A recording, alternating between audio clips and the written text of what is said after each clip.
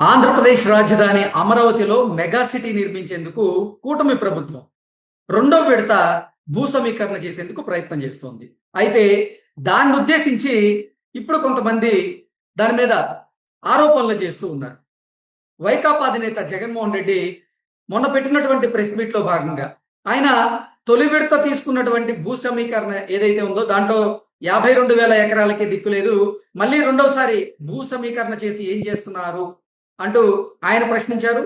దానికి తోడు మాజీ మంత్రి వడ్డే శోభనాధీశ్వరరావు అతను ఈరోజు రౌండ్ టేబుల్ సమావేశాన్ని ఏర్పాటు చేసి అసలు రైతులను ఉద్దేశించి రైతులు రెండో విడత భూ సమీకరణకి మీ భూముల్ని ప్రభుత్వానికి ఇవ్వద్దు అంటూ ఆయన రైతులకు సందేశాన్ని ఇచ్చేటువంటి ప్రయత్నం చేస్తున్నారు. అలాగే ఉండవల్లి అరుణ్ కుమార్ ఆయన కూడా రెండో విడత భూ సమీకరణ ఏదైతే ఉందో దాన్ని ఉద్దేశించి వ్యతిరేకంగా ఆయన ఆరోపణలు చేస్తున్నటువంటి క్రమంలో దీని మీద మనం పూర్తి స్థాయిలో విశ్లేషణ చేస్తున్నాం. ప్రస్తుతం మనతో పాటున్నారు ప్రముఖ రాజకీయ విశ్లేషకులు, ప్రముఖ సీనియర్ జర్నలిస్ట్ డివిఎస్ గారు. వారితో మాట్లాడదాం.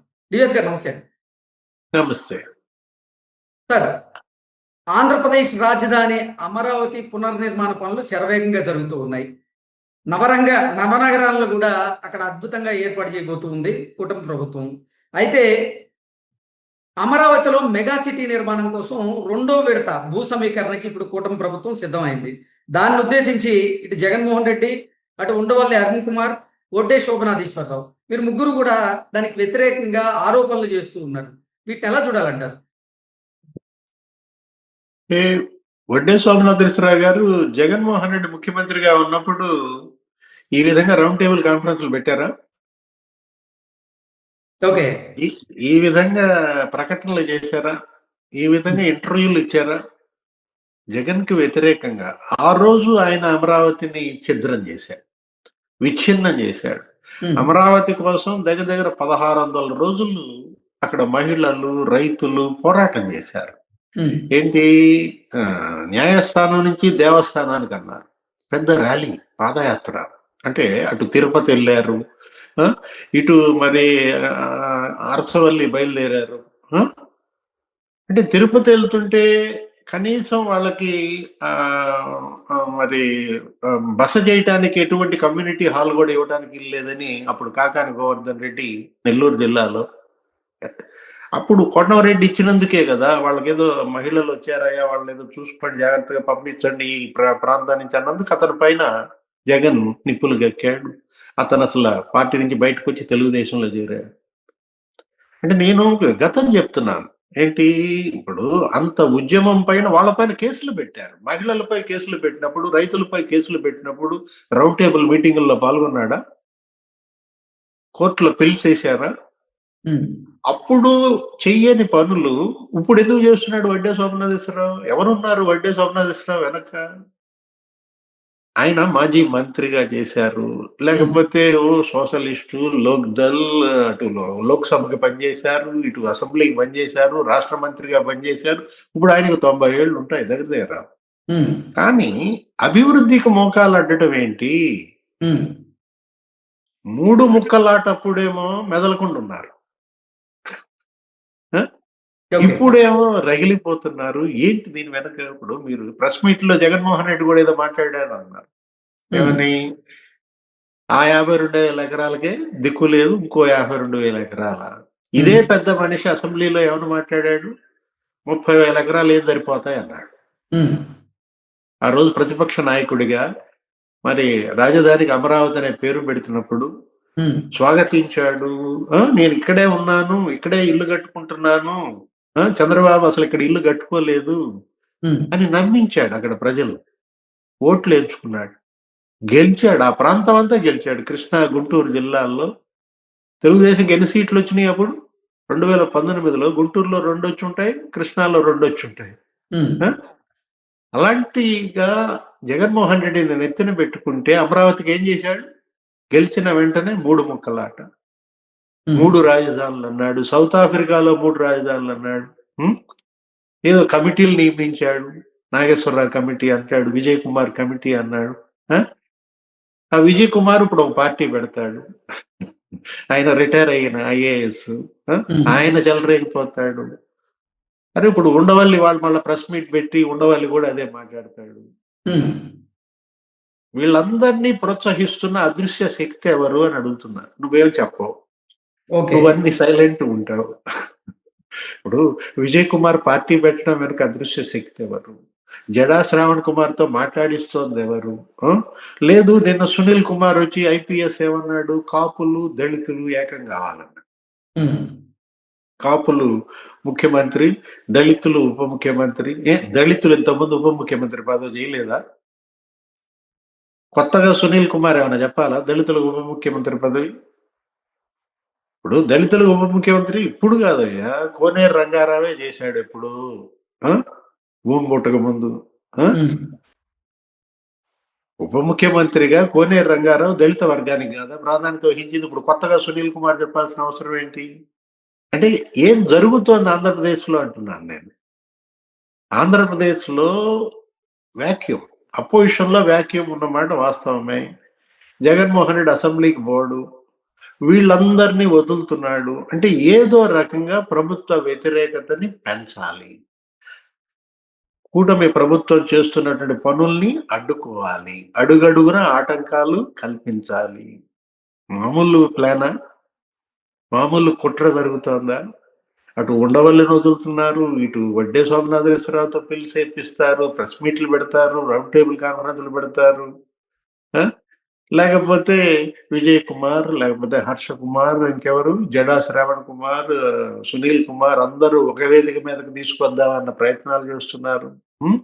మొత్తానికి ఏంటి లక్ష్యం? టార్గెట్ చంద్రబాబు. హ్మ్. డిస్టర్బ్ చంద్రబాబు. చంద్రబాబుని డిస్టర్బ్ చేయాలి. ఇప్పుడు ఆయన ఏం చేస్తున్నారు ఇప్పుడు మీరు అమరావతి? ఇప్పుడు నిన్నే వెంకటరెడ్డి వచ్చాడు. కోమటిరెడ్డి వెంకటరెడ్డి చూసావా? చంద్రబాబు ఇంటి దగ్గర ఆయన ఏదో గ్లోబల్ సమ్మిట్ ఏదో రైజింగ్ తెలంగాణ. తెలంగాణ రైజింగ్ దానికి ఆహ్వానించడానికి వచ్చారు. ఆ! హ్మ్. ఏపీ సీఎంని పిలిచారు. ఏమని మాట్లాడాడు వెంకటరెడ్డి? కోమటిరెడ్డి వెంకటరెడ్డి జీవిత కాలంలో చంద్రబాబును ద్వేషించినవాడు. హ్మ్. రాజశేఖర రెడ్డికి పెట్టతను. అతను నిన్న విలేకరులతో ఏం మాట్లాడాడు బయటకొచ్చి గంటన్నర భేటీ తర్వాత? హైదరాబాద్ అభివృద్ధి మూల కారణం చంద్రబాబు. ఆయన కట్టిన విమానాశ్రయం, ఆయన కట్టిన ఔటర్ రింగ్ రోడ్, హైటెక్ సిటీ. అతనే చెప్పాడు గదా! కోమటి వెంకటరెడ్డి. నేనెప్పుడో సంగతులు చెప్పటం లేదు. నిన్న తాజాగా జరిగిన అంశాల గురించే మాట్లాడుతున్నాను. హ్మ్. అరే! ప్రత్యర్థి అసలు ద్వేషించే వ్యక్తులు వాళ్ళు చంద్రబాబును పొగుడుతున్నారు హైదరాబాదు అభివృద్ధికి. హ్మ్. ఇవాళ తెలంగాణ సంపన్న రాష్ట్రం అయిందంటే తెలంగాణ జీఎస్‌డిపిలో 25% వస్తోంది రెండిటి నుంచే. 12% వస్తోంది ఔటర్ రింగ్ రోడ్ నుంచి. 160 కిలోమీటర్ల ఔటర్ రింగ్ రోడ్ ఆ రోజు ఎవరేశారు? ఎవరు బీజం వేశారు? దాన్ని ఎవరు అభివృద్ధి చేశారు? కాతే అదృష్టం ఏంటంటే తెలంగాణకి జగన్ లాంటోడు సీఎం గాల. సీఎం అయితే ఎమ్మటే ధ్వంసం అయిపోయింది. ఏది ఔటర్ రింగ్ రోడ్డు మొదలుపెట్టేవాడు, పాడు పెట్టేవాళ్ళు అసలక్కడ జరగాల్సినయి లేకపోతే ఔటర్ రింగ్ రోడ్డు కూడా తవ్వేసి ఎత్తుకుపోయేవాళ్ళు. హ్మ్. ఇప్పుడు ఇక్కడ ఎత్తుకుపోవాలా? ఎక్కడ? అమరావతిలో రోడ్లు ధ్వంసం చేసి, కంకర ఎత్తుకుపోయి, స్టీల్ ఎత్తుకుపోయినప్పుడు ఎక్కడున్నాడు వడ్డే శోభనాద్రీశ్వరరావు? హ్మ్. ఆ వైసీపీ వాళ్ళు అక్కడ ధ్వంసం చేశారు గదా! ఏంటి ఇప్పుడు సీడ్ క్యాపిటల్ అది సీడ్ యాక్సెస్ రోడ్ ఉంది గదా! ఆ రోడ్డుని ఆ హైవేకి కలపనీయకుండా మధ్యలో వైసీపీ కార్యాలయం కట్టుతున్నారు. ఏం చేశాడు? వడ్డే స్వప్నేశ్వరరావు బీయింగ్ కృష్ణా జిల్లా నేటివ్ హ్మ్. ఆయనెళ్లి అక్కడ కూర్చున్నాడా? ధర్నా చేశాడా? దీక్షకు దిగాడా? అంటే వీళ్ళందరి వెనుక ఎవరున్నారంటే చెప్తున్నాను. ఇప్పుడు మనం ఏది ఇప్పుడు నేను ఇందాక ఏం చెప్పాను హైదరాబాద్ అభివృద్ధిలో ఇవాళ ఇదేంటి శంషాబాద్ ఇంటర్నేషనల్ ఎయిర్‌పోర్ట్.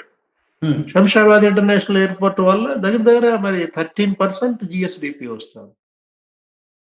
2 కలిసి ఇప్పుడు తెలంగాణకు రూపాయి ఆదాయం వస్తోందంటే పావలా దీని ద్వారానే. ఆ రోజు ఇలాగే విమర్శలు చేశారు గదా! 5,000 ఎకరాలు అవసరమా ఇంటర్నేషనల్ ఎయిర్‌పోర్ట్‌కన్నారు. హ్మ్. మరి ఆయన తీసుకున్నాడు. ఇవాళ శంషాబాద్ అదే చెప్పింది కోమటిరెడ్డి వెంకటరెడ్డి. కోకాపేటలో ఇవాళ ఎకరం 147 ఎకరాలండి. 147 కోట్లట. హ్మ్. కోకాపేటలో ఇవాళ ఎకరం భూమి వేలం వేస్తే 170 కోట్లొచ్చింది. 156 కోట్లొస్తోంది. జీహెచ్ఎంసి అక్కడ ఏం చేసింది? దగ్గర దగ్గర 9 ఎకరాలు 10 ఎకరాల వేలం వేసింది. అవును. 10 ఎకరాలు వేలం వేస్తే ఎంత వచ్చింది కృష్ణ? 1560 కోట్లు వచ్చింది. ఎగ్జాక్ట్లీ. భూమే అది సంపద. ఉమ్. అంటే ఎకరం ఇవాళ మరి అంత రేటు పలుకుతోందంటే 156 కోట్లు అంటే ఇక్కడ అమరావతి కూడా అంత పలుకుద్ది. ఓకే.